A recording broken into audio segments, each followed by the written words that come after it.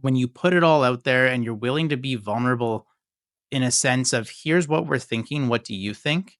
Man, can you really get a movement going? You can really establish some ownership and people start to buy in and they start to connect very strongly to what you're doing.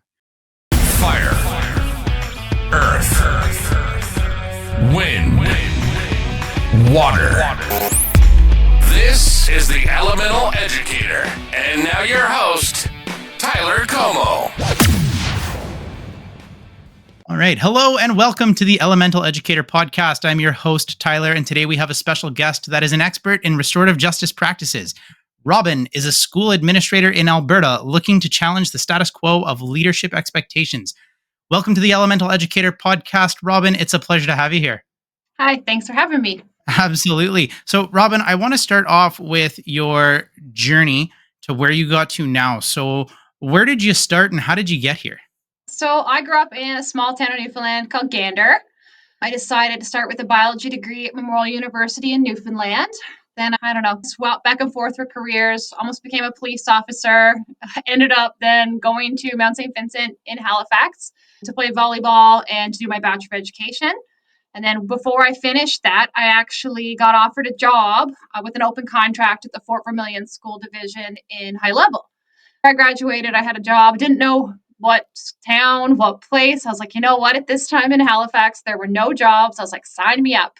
That following week, I actually took off to Kenya as part of a Canadian International Development Agency to do my last teacher practicum, so like the PS3 here in Alberta.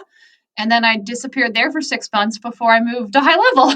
And then after high level, I taught there for about 3 years. And then I met my spouse and we ended up moving to Slave Lake, where I taught and was a learning support teacher for 7 years. And now I'm here in Brooks, Alberta. There you go. Robyn, on that journey, what made you, from biology, made you say, I want to do education and become a teacher? I guess growing up that I was a little quirky, nerdy, and athletic. So I found that there were people who always kept me in line, and they were always teachers. One of my family members, my auntie, passed when I was in high school.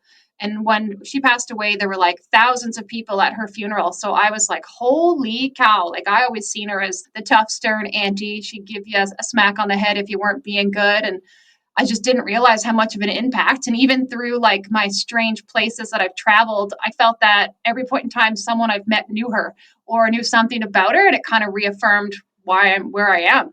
So that was at one point I was like, you know what? I want to do something that's meaningful. I was not sure. And it just reaffirms it every time I'm teaching. Like an example, when I moved to Slave Lake, my first parent teacher interviews, I had a family that came in and they were like, how do we know you?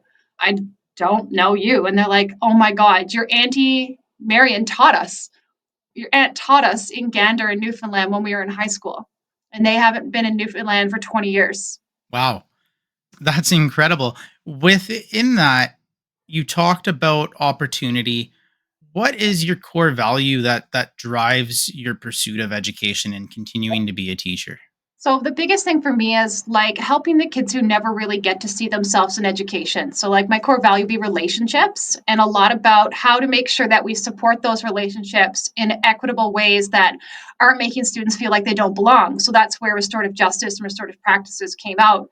So when I started my master's in 2019, a lot of the classwork I was doing was on leadership and how I felt it missed that embodiment of supporting kids and not making sure that they're punished, because we don't want them to leave our building. We want them to be supported and to stay for the right reasons. I love that. And so your earth is heavy on relationships, heavy on the connection.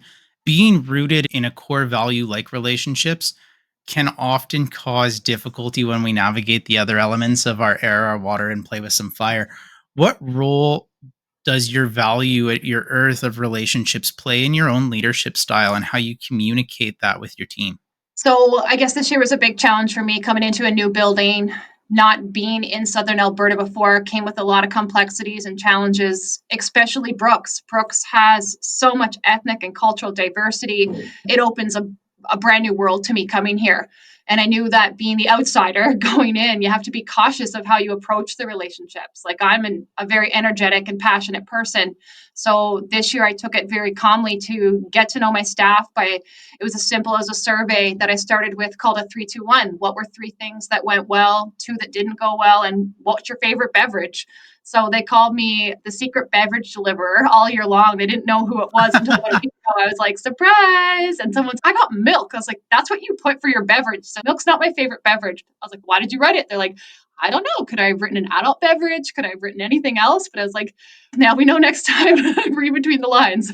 And then it's like just other things. Like it's important for the school culture as a leader to build that trust. And it's a lot of it is vulnerability. So I'm not just that firm sage on the stage. I am a human who has a family, and taking my kid to games, or when I'm doing things with my staff, like we did this 100 duck challenge I found online. So we hid 100 mini silicone ducks in people's offices or classrooms, and then they had to find them. And then for the percentage they found were the entries they went in to go win a prize.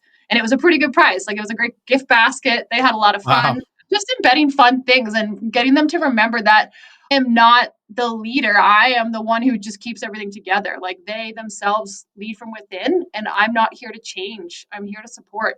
It's awesome that you say that, because that is actually what a leader should be doing, is they should be letting other people lead and being there to support and be that facilitator. So you are a leader, but by being a leader, you're empowering others to be a leader as well. This hurts me a lot because I'm a hockey fan.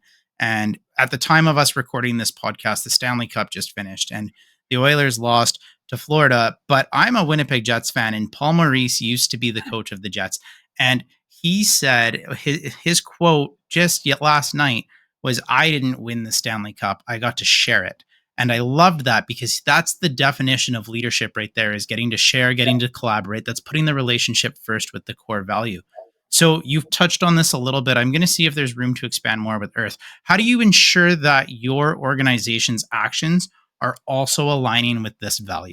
So I was really lucky to come into an organization where relationships are like deeply rooted. So the school division I work for here in Brooks, called Grasslands, it is just who they are. Like it is, when I moved here, the superintendent came and had a drink with me after I moved. Like he offered to help me offload my moving truck.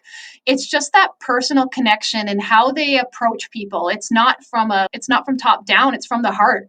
And every interaction they have with staff comes from a place of love. It also has to come from policy and legislation, because we're in education and we're bound to that.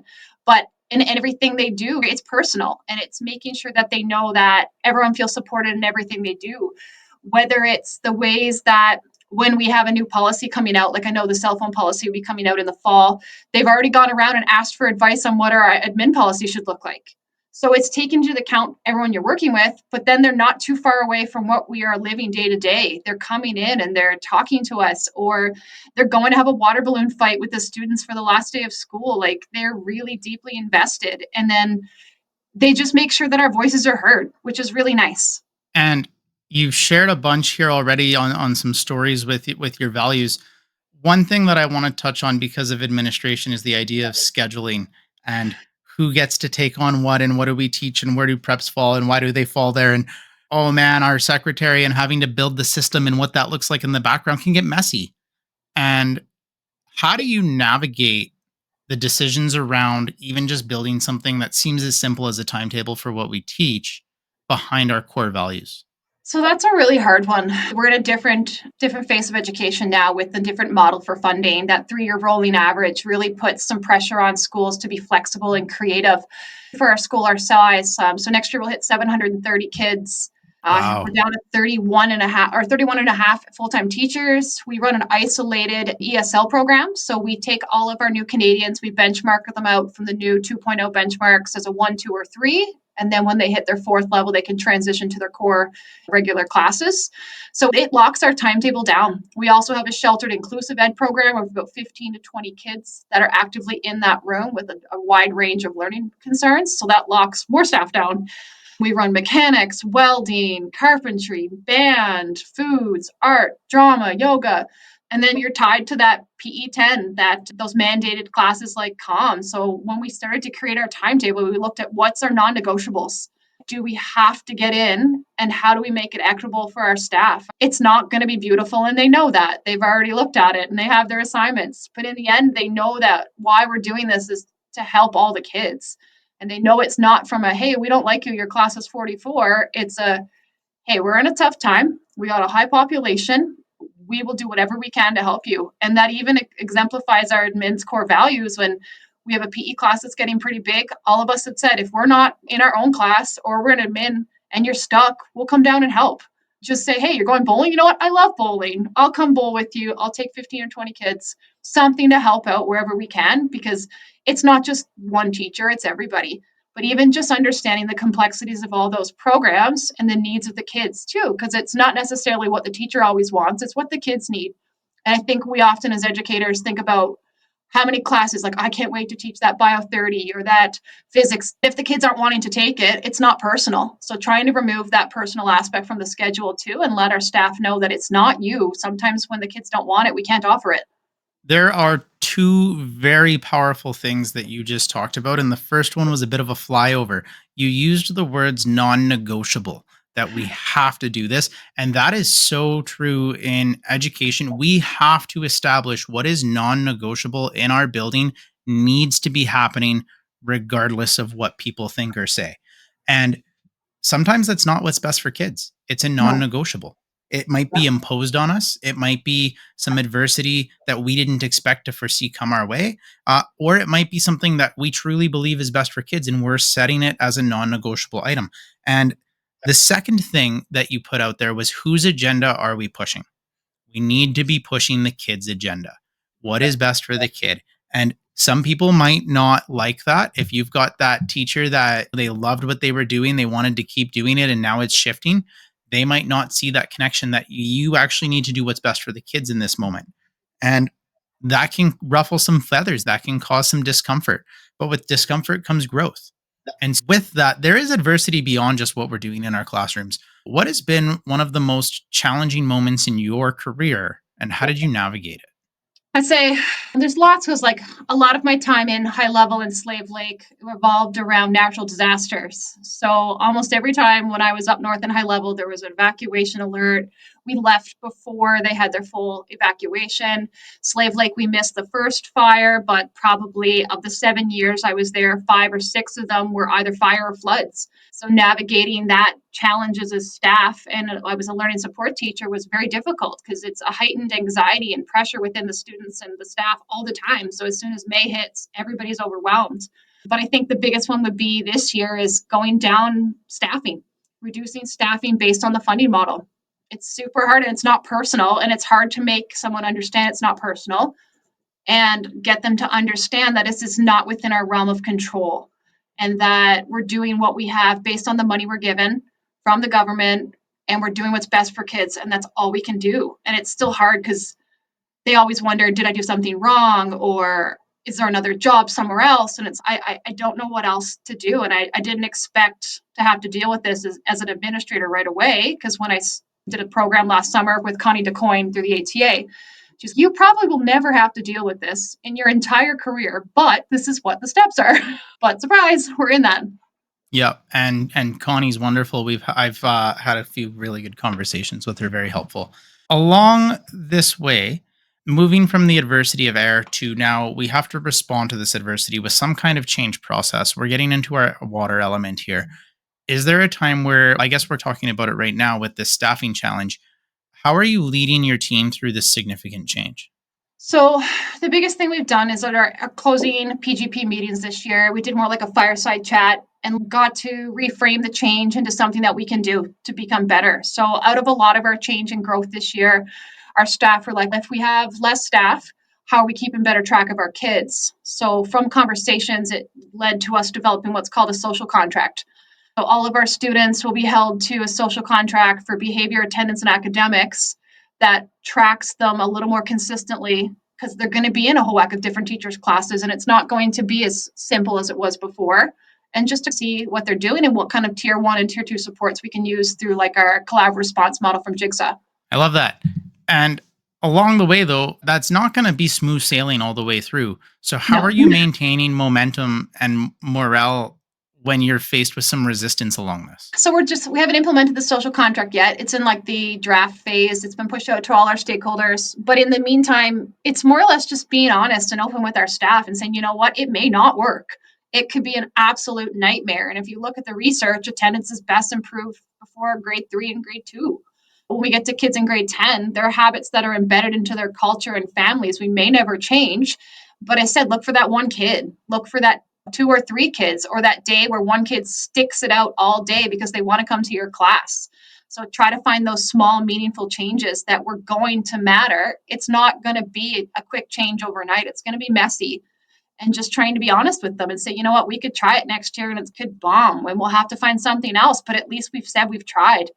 So just navigating the waters, but just living in the moment and then taking some research that we've had. And we had a great speaker come last August about the 90%. Live in the 90%. 10% of the stuff we're going to deal with that's crappy, we can't deal with. And a lot of it's out of our control. So getting our staff to just be honest and open. Was that Darcy Lang? It was Darcy Lang. Yeah, I was trying to remember who it was. She was awesome. Yeah, she was with us last year. Great message behind her there. It's pretty powerful, and she has a really good story. So, first actionable item here for people listening: what strategy is the most effective way if we're trying to introduce a new initiative or policy within our organization? What's our first step? So the first kind of thing is you want to see what's needed. Like you can't just come in like a bulldozer or like a wrecking ball and just change things. You're going to see what it's going to be and what's being directed from your school division. Or if it's not from them, are they willing to accept the change? Like for us, for the social contract, we had to ask for the change because it wasn't from them. They are working on supports for attendance, but we wanted to find something that met our values, but also with a school with such high diversity that it was something that all of our students, no matter their first or second or third language, could access and understand. So it would just be like trying to figure out what all the stakeholders' information and backgrounds are they willing to invest in the time, and then from there develop the plan on what it's going to look like. I think I don't know, it's probably 5 or 6 months in the running to try to get our social contract going, but it has to come from a place of love. So having that foundation and culture, relationships in our school, when we put it out to our students, they're like, oh, this is really cool. Well, yeah, because we don't want to punish you for not coming, because then you're not going to come. Yep. We're doing the wrong things. And that if you're not going Yep. to class and we're like, hey, you're probably not going to attend enough, you're going to be kicked out, that's not going to encourage a kid to want to learn more. It's going to say, hey, don't No. like me, let's go away. It embeds a lot of those powerful restorative justice and restorative practice values, but it takes the time slowly to make sure everyone's buying in, because if they're not, you're not going to get it off the ground. And then even adapting it as you go. Like when we met with our parent council, they're like, I don't like how you have a meeting here with the admin second. Could you push that off to later? And we're like, sure, fine. The order to us is not significant. It's just the process of being supported. And it's so great that you're connecting it back to that core value of relationships, because that drives the decision process. And then it makes the decision not feel as strenuous, not feel as heavy when you have to make those decisions, because it's rooted in something you really believe in. You also talked about the importance of communication and being transparent. And when you put it all out there and you're willing to be vulnerable in a sense of, here's what we're thinking, what do you think? Man, can you really get a movement going? You can really establish some ownership, and people start to buy in and they start to connect very strongly to what you're doing. You did talk about, though, some pushback. How do you manage the resistance to this change among your team or stakeholders that you're working with? So the biggest thing as a leader is to not take it personally. I'm doing a better job at it, but it is certainly hard for anyone in leadership and education because criticism isn't always kind. And to understand it's not necessarily targeted at you and your decision or the way, like the path you want to lead. It could be something else that's out of the realm of your control, but more or less look at the overall data and the overall picture. And like when we got the feedback from our survey, I would say 70% were like, heck yeah. 10% were like, I really don't know what this is. And the other 20 were like, well, it's probably not going to work, or I don't like it. But if you look at the larger picture, it's okay, are these ones that don't like it, are they the ones whose kids or families going to be impacted by this? Or are they the ones who are already coming to school? So sometimes it's that perspective based for that data. Is it someone that is going to be helping or the process? What this sounds like to me, I sat down with Curtis Hewson of Jigsaw Learning. We have an episode coming out in about a month's time here. We talked about collaborative response models. Can you expand on how these methods of collaborative response maybe have been successful in helping you implement change? Yeah, so this is, I think, my 5th or 6th year with collaborative response models. When I was in Slave Lake, we did a lot of work. We found that, like, just through the whole process of staff understanding it's not the issue, it's not the kid, it's just isolating them aside and looking at that bigger umbrella key problem or key issue, that there's so much more we can control, and that trying to get them to pick apart and take away the personal stories, not that they're not important, we know they are, because that's how we hold emotion and values, and we remember these kids and things, but trying to pick it apart into things that we can do. So we have a big one this year our school did was a continuum of assessment, and it was challenging because we do want to move to outcome-based assessment, but not a lot of people see that it has purpose yet. So trying to find that, trying to work through that as a staff, but to understand that how when we get into our collaborative team meetings, those ideas, that's where our creation of the assessment continuum came from. And then we use our collaborative planning time to go through the steps and stages to develop it, to reevaluate it, to then say, hey, how does this look in a policy? And then from there, they're like, you know what, our policy does not match this. And they're like, I'm like, well, you know what we're doing in August when we come back. And then like understanding that there are some kids in their class that are those high flyers, that school support team meeting is when we're going to spend time about it. And it's not that they're not always included. It's just there's people and there's a time and there's a place to deal with the really higher need kids, and that they're going to be informed with the things they need to do. We just found at a school that it helped organize the delegation of who supports when, what we talk about, and to keep a lot of not necessarily the gossip, but the not necessarily the important information when you're having a quick meeting to get down to the meat of what's going on. And it just like reaffirmed what we do and how it just slows everyone down. And it's okay, if our issue is kids skipping tests, what's wrong with our assessment? Because a lot of the themes we found this year came up about assessment because it was on our mind. We were reading a book, Grading from the Inside Out. So I've done a lot of work with Natalie Verabasso, who is absolutely incredible, that helped our school with that. And then it just seemed to be always coming up in some type of micro conversation. This kid misses your test too, or and then they're like, we're missing something from our continuum of relationships. I'm like, we can go back to it. And it just it gets to see the different picture of collaboration too. I don't feel like a lot of our staff get the time to say, oh, I didn't know that's how you could run your testing. Oh, wow, you do that with your kids in the mornings? How do you set that up? But it just makes it a little more connecting. It's really awesome. Yeah, and it's people get scared because it's extra work, but it's not. What you're actually doing is you're creating a solid framework that everything can slide into, and you're just fitting it into this new framework that's now best for kids. Yeah. And by making that shift, it does feel like more work, but you're reorganizing things, you're restructuring the things you're already doing that are great, but you're just spinning them in a way that's more engaging for the individual kid. It also I makes it want transparent too, which is nice so that Yes. when your stakeholders are like, what do you mean that you can't rewrite any day? This is what we do and this is what we don't do. So this is what it looks like. And for us with all the different cultures and languages, it helps. It significantly helps. So then they say, hey, my kid's struggling with reading when literacy will be our new continuum next year. So they're like, this is what we can do to help support literacy. Absolutely. And let's use an example of the outcome based reporting because I think that's one that's going to be common among a lot of people listening to this right now. So let's unpack it a little bit here. What does it mean to you? How is it different from what is being done right now? So for me, it's been like a long journey. So when we met with Natalie Verabasso, this conference, I think it was in May, about trying to find your reason for assessment. And a lot of people always talk about that example of where that one time you failed that project or test and your mark plummeted. And everyone has an example where it's like, oh, I felt like I didn't belong, like I didn't learn anything. So trying to find a way how assessment doesn't make kids feel like that. That one tiny mistake or that one bad test isn't going to ruin their entire mark. So I guess my big thing was when I started teaching bio 20 is a great example because I taught it when I was up north once. And then now down here, I got to touch it on my own. So I spent a lot of time diving through the outcomes. And every time a kid wrote an assessment, in my PowerSchool, I wrote down which outcome they got wrong for all of my kids. And some teachers were like, holy cow, your PowerSchool there's a lot there. I was like, I'm mapping my outcomes. They're like, well, you got all of these things. And I said, I know I do. But when my kid writes my unit test and then they've demonstrated they know those outcomes, I'm backfilling my marks because they know it. And a lot of people still stand firm at, they didn't know it then. Okay, I didn't know a lot of things when I was 19, but now I'm a vice principal. So should I not be a vice principal? That's the conversation I have. And it's we're giving them the right to get better and to not be punished for making a mistake. And so then it's just even understanding that growth over time is slow. And the kids do so much better when they see it.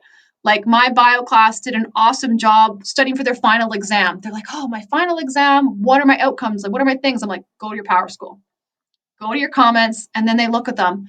And every single one of them did much better. And a lot of people believe it inflates grades, but it doesn't, because I flipped it. You can flip PowerSchool to grades, outcomes reporting, and grades. My kids' marks are almost identical, if not they're higher, by just reporting by outcomes. We're going to have a conversation after this episode because I teach Bio 20 as well, and I'm going to pick your brain a little bit after. One of Yeah. the things, and this is a crazy thought, I did this with phys ed, and I do it with my Science 9 and my Science 10, and I'm going to do it next year with my Chem 20 and my Bio 20. I'll use phys ed as an example. I take the outcome, and that's what my category is in PowerSchool. And so for people that don't use PowerSchool, they might be using a different system. I'm making my unit my outcome. And then the assignments that I'm using to assess that outcome fit into that category. So in phys ed, I might put one of my categories as outcome A1, locomotor movement. Now, when I'm doing basketball, it's not that I'm assessing basketball. I'm assessing locomotor movement. And I'm going to do that a bunch of ways. And when kids can make that correlation to what they're doing, they're not going to walk away saying, oh man, I suck at locomotor movement. They're going to walk away saying I suck at basketball. But that being said, at least they know where their mark came from, where their assessment came from, what they were good at, right? And we can tailor that. And you don't have to assess how good somebody is at basketball to give a basketball mark. I can look at kids playing basketball and assess cooperation. I can look at kids playing basketball and assess leadership, their setup and takedown. It doesn't need to be the locomotor movement. It doesn't need to be the sending and receiving objects. There's not an outcome in the program of study that says how good are kids at basketball. How much So can you get, right? exactly. So when we talk outcome-based reporting, that's just a black and white example of what it can look like, how it flows from there. In that, I want to ask what sorry, let me just collect my thought here. I lost my Well, train I of thought. was going to say something else too. Like even for the outcome-based reporting for our school, a lot of our teachers do mulligan processes. So it's embedded rewrites, and we've seen significant change with the students by doing that. So there's research that says don't show them the mark after. There's some that says show them the mark after so they can increase their studying. So as a science department, we allowed them to see it this year, and we gave them a sheet where they could write anything they want from that unit test down and prepare for the next one. So it's been amazing. Like we found the growth in our students, the relationships, they appreciate your teaching more. That's the other side of it too. They know you're not there, that they're there to fail, they're there to pass. Something that's really important about research is for every piece of research that supports something, there is research that goes against it. And so it's all about seeing what's out there, collecting the information of what's out there, and then deciding how you want to move forward and making an informed decision.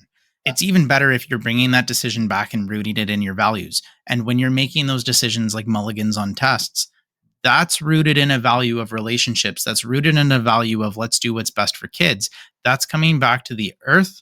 And though it doesn't necessarily please everybody, it's the right decision because that's why we're in education. It's to give the opportunities to the kids. Now, doing something like that, I would say, is a change, but it's not necessarily a risk. And there's a difference between change and risk because risk is it's a step up from what they're changing. There could be some serious consequence here. That being said, it might also just be something that seems scary, seems new. It could be anything under that light. Change can come from within. That when we talk the fire element, we talk the external. What are some of the risks that you've taken in your role? So I think this year, I don't think I made a ton of massive risks, but the biggest thing would be, I guess, the social contract and being that I was a grade 12 administrator. So in our school, administrators paired with a grade and you're in charge of everything with that grade. So the biggest risk would be just taking on that as a new admin with all the grade 12. Graduating is a big deal. A kid getting their credits is a big deal. In a community where I think maybe 30% of our kids go to post-secondary, you need that high school diploma. You need it to transition. So I don't think I had a ton of massive risks this year. I think coming to Brooks was my biggest risk. Coming and not being sure of how I'd survive. And it's much hotter down here in southern Alberta than it is in Slave Lake. But even like Yeah. the risk of change, like just coming Yeah. into a new position and not being Miss Hollohan. Because when I was in Slave Lake, it was Miss Hollaballa because I played basketball. So they knew who I was. I had street cred, right? So when you go Yeah. somewhere new, that risk and move itself is hard. I think I connected strongly with our staff and students on that because so many of our students are moving or they're used to coming somewhere new. So it opened the Yeah. door to a lot of positive things. Even with Brooks is a refugee that, relocation center, right? So you are getting a whole bunch of new people all the time from all parts of the world. Sorry to cut you off there. One of the things that you mentioned right there, and I wanted to catch it in this moment, you just talked about connecting it back with kids, connecting it back with staff, because it can be a transient community where there are a lot of people coming in. You took the risk and you rooted it back to your earth. You rooted it back to the idea of relationships. And when you bridge that connection, it makes the risk not seem so bad. It makes yeah. people understand and it helps you understand with it. So, with that, I think we can segue to how did the risk turn into an opportunity for you? I signed my 2-year contract. They liked me. It's the opportunity to become part of the community too. Like I felt being in this role, I was worried that I wouldn't make as deep connections with my students. I didn't realize I'd be teaching almost point 0.5. So when I did start to do that, I was like, I still get my classes. I got my connection to the community. And really just seeing that it just drives more of what I want to do in my future. Like I know that kids who don't often see success need someone to in their corner, and I can still do that as an administrator, and I can do it from a little more confidence because I know a lot more about the policies and practices that our school and division and province need. And then even with that, within that, seeing the gaps we have as a province and how we're not doing just to every kid, how we are missing a lot, and really just seeing now what's my next step. Not sure, but just keep working hard and keep connecting. And we'll get to next step a bit later here. We'll unpack that one after. I want to come back to this core earth element of relationships because there's more to this story. And I know that you've moved from place to place. How do you, when you go from one place to another, drastic changes, instantly initiate positive's the wrong word, instantly initiate effective relationships? Yeah, so I think it's mostly like I think about the first time I moved up north, it was terrifying. There's nothing in high level when I moved there. They didn't even have a Tim Hortons. Like it that place you embed your life into the school. Like you coach, you referee, you watch sports at the arena because there is nothing else to do. So I think about finding those areas of passion, and I coached every sport under the sun. And then when the kids in community seeing that you really care and that you're there for the right reason, you're not there to be like, I'm putting this on my resume. You're there because you're like, I want to win. And then they see that in you. And then you play with them at that next level. Like I had some kids in phys ed, I'd be like, all right, who's playing basketball with me today? But then trying it, and then they're like, my goal is to beat Miss Hollohan. I'm like, no, your goal is to be the best you can, and maybe one day you'll beat me. Just like having those moments, and it's just like in each community, I feel like I found a group of kids that were always like the tough love, and that the humans who just needed an extra, hey, get your poop in a group, what we can do. So like when I was in high level, there was a group of kids that were like, I wouldn't call them troublemakers. I'd just say uniquely spirited humans. They made EAs cry. They were just rough. One of them used to come to school at 7:30 in the morning. So he had a rough home life. His parents weren't very well off. And I was like, dude, why are you here? He's like, oh, just let me in. I'm like, okay, come on in. And after a while, he was just like, why are you here? It's so early. It's so cold out. He was like, because there's no heat in my house. So at that moment, I was like, wow, I've been letting him in like for a month and I didn't even ask him what I can do. I think it's just taking that time to see the reason what's going on with the kid and understanding that could be at any point in their day. Like maybe the kid's not having a great test, maybe something's going on at home, but just saying thou shalt write that test today doesn't do them any justice. Just really taking the time to be like, hey, how is your parents? Find something about them that you can connect with them. Maybe it's about bracelets, or a student up north used to drop by anime pictures. I don't like anime, but I was like, wow, you can really draw. And they made me a picture. Like just investing with that relationship and just finding that they need that person, like they need that champion in their corner. And it's not going to be, you don't be from the rooftops screaming their name, but if you were to say, how many kids in my building do I know right now of my 700? Probably a lot of them. And I could tell who doesn't belong. Like today, someone came in at lunch. I'm like, you don't go here, leave. Setting that boundary is important, but also you talk about seeking to understand. As soon as you get into a place, you want to just connect, you want to collect information. You're not going and imposing things right away because that's not going to work towards alignment. That's not going to get buy-in or ownership. Now, I'm going to call you an expert in restorative circles. I Okay. want to learn a little bit about what they are to you and how you've used them. So, when I started my master's, it was brought up in the inclusion lens of moving away from punitive measures for students to help include them. So, when I started my research, probably 2018, 2019, a lot of it looked at how suspensions and hinder students' progress, and most times in P graduation or prevent it from happening at all. There's a big phenomenon in the United States called the pipeline to prison. So it's very much like that in the school system. So if you suspend a kid once, the likelihood of them being suspended on an in school, out of school, or is very high. And I just didn't feel like it was very, I don't know, it's not school. You shouldn't be in trouble. And I do understand there's circumstances that kids will do very bad things and there's trouble. But for the kids who are acting out, whether it's throwing something or punching someone, there's a reason. And you really need to come down and figure out what it is. So as a teacher, I started embedding mini circles in my science class. So in my Science 9 class, there's a big unit on environmental chemistry.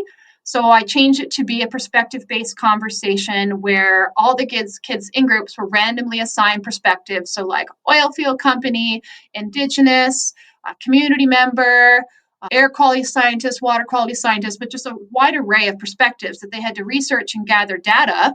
And then as a group, they had to defend their perspective on the expansion of the oil field. And I found that through that, we started with a mini circle and they all talked about what they believed about the oil field and what their values were. And as we're going through this, kid needs to understand every kid next to you has a different background and that every kid next to you is going to believe and value something different about the oil field and you can't treat them less for it. So it would normally start with like fluffy conversations where I'm like, who likes chocolate chips or white chocolate chips? And you got to pick one. And then you go around and get all fluffy and silly. And then you go, if you could be any superhero, what would it be? So then you go around what superhero they're going to be.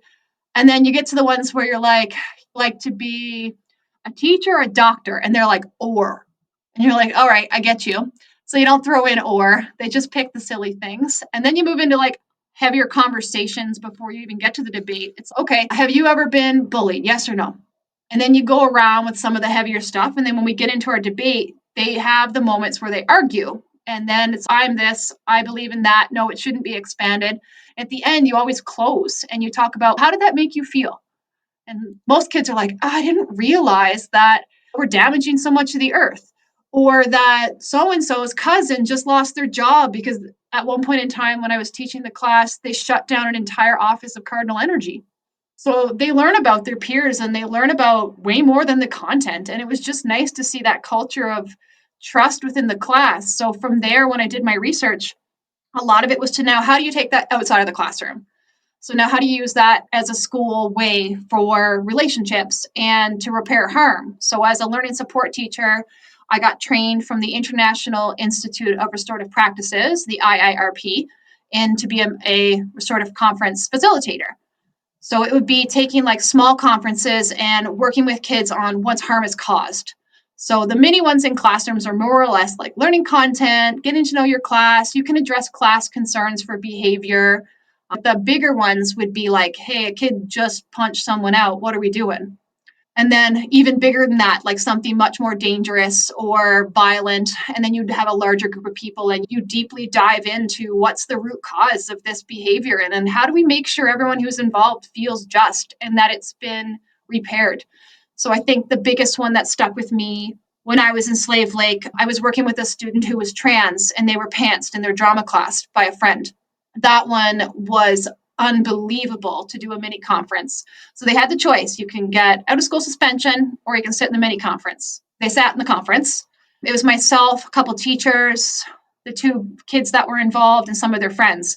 And in the end, it was like the most powerful conversation about learning about equity and rights and what it feels like to be embarrassed in front of your peers who may not know that they were trans. And the power that came out of the conversation was, it was life-changing for those kids and for the staff members involved, because they were like, I probably shouldn't have did that topic. Like it was a impromptu drama activity. And they're like, I'm sorry. And they didn't need to be sorry, but it like brought up a lot of emotions. Sometimes the circles come with a positive end and that there's something repaired. Boy who had pants, the student who was trans, decided to do some restorative justice work and learn a little more about trans rights and equity. We got them in touch with a drag queen in the area, and they learned a lot more about empowering their body and understanding differences in humans. The sad thing with the story was that the two students weren't friends after. They never did talk. That's some of it, though. That is a natural consequence that can happen. We can have a full other episode on this because I have questions along that line of that might work with kids. How do parents perceive that when you have to navigate the conversation of, I just want them suspended, but the kid is sitting there going, I want to do the restorative justice. And that's a whole other episode. We're going to get there maybe another time when we sit down and talk. You actually mentioned something that's really powerful, and it's around the conversation. And a non-negotiable for me in my building and in my classes that I model is daily conversation and having a purposeful intent. And like you said, it can start off with something silly, but it opens up that door of comfort. And then you can get to the meaningful conversations with it. We're going to have a really good chat after this about all of the sciences that we teach and how we do them. And I can't wait to nerd out with you after that. I am curious, though, what are you hoping that people do tomorrow from the message we're sending right now? I think it's to really spend that time and invest and talk to their students, but also to understand that some of those small actions our kids take aren't targeted at them, and that it's not always about kicking them to the office or kicking them out of a class permanently or kicking them out of school. It's really giving them the tools and a support person to see why things are happening and what we can do to help. Like, we are all in education to help kids. That's why we're here. And I think it's to really remember that every time we talk to a kid, that's what they will remember. So if we don't speak from the heart, or if we have those moments where we flare up and get mad at them, they remember them. We might forget, but they won't. And Robyn, what does your future look like? Oh, I don't know. Today, going home with my son, playing outside. I think I do want to be a principal at one point. I'm not sure when. I'm just living in the moment and enjoying what I'm doing. The opportunities I've been given and the mentorship that past administration and current administration and colleagues give me. I just want to take it all in and grow, and then one day figure it all out. I don't know where it will take me, but just to make sure that like more kids get through the system and that they're doing the things that make them happy. And if it's rooted in your earth element of relationships, I'm sure you'll get wherever it is you want to be going. Now, final couple questions here. What advice would you give to anybody that's listening that's struggling with adversity? I think you just have to take care of themselves. Since the pandemic, I was a mom during the pandemic and pregnant, so it was a lot of challenges, but really understanding that you can't replace yourself. You can't. And you have family and loved ones and people who care about you, and that I know we're doing this for kids, but if you're not the best version of yourself, they're not getting the best that they need either. And that it's okay to not be well, but to talk about it. Like, sometimes I think it's just finding that person in your building, and they may not realize that they have something in common or that someone's struggling, but they have to take the time to just be vulnerable, to just acknowledge when it's not working and that it's okay. And then maybe you're 15 or 16 years in education and you're done. That's okay. That's really good advice to give, Robyn. Robyn, how can listeners get in touch with you if they want to continue the conversation? Social media, Facebook, Instagram. I have LinkedIn. I'm good. I don't mind. I'm just not on it a lot. I'm just really busy the last little while. And it is June. And it's in a school year. It's also really busy, but June's crazy. But yeah, I don't mind. I hope to present at the SECA presentation again for the Southern Alberta Teachers Convention, but I don't know what I'll present next year. It may be something different. Awesome. And we'll link all of that contact information in the description on this episode when it comes out. Robyn, this has been a joy for me. I know we're going to continue the conversation a little bit after, but I've really enjoyed getting to sit down and just have a conversation with you around leadership, around how we go about using our earth to drive our decisions and really go about implementing a change. Thank you for taking the time to join me on the Elemental Educator. You've been listening to the Elemental Educator. We hope you've enjoyed the show. Make sure to like, rate, review, and subscribe. We'll be back soon, but in the meantime, find us on Instagram, Facebook, and X at Elemental Educator.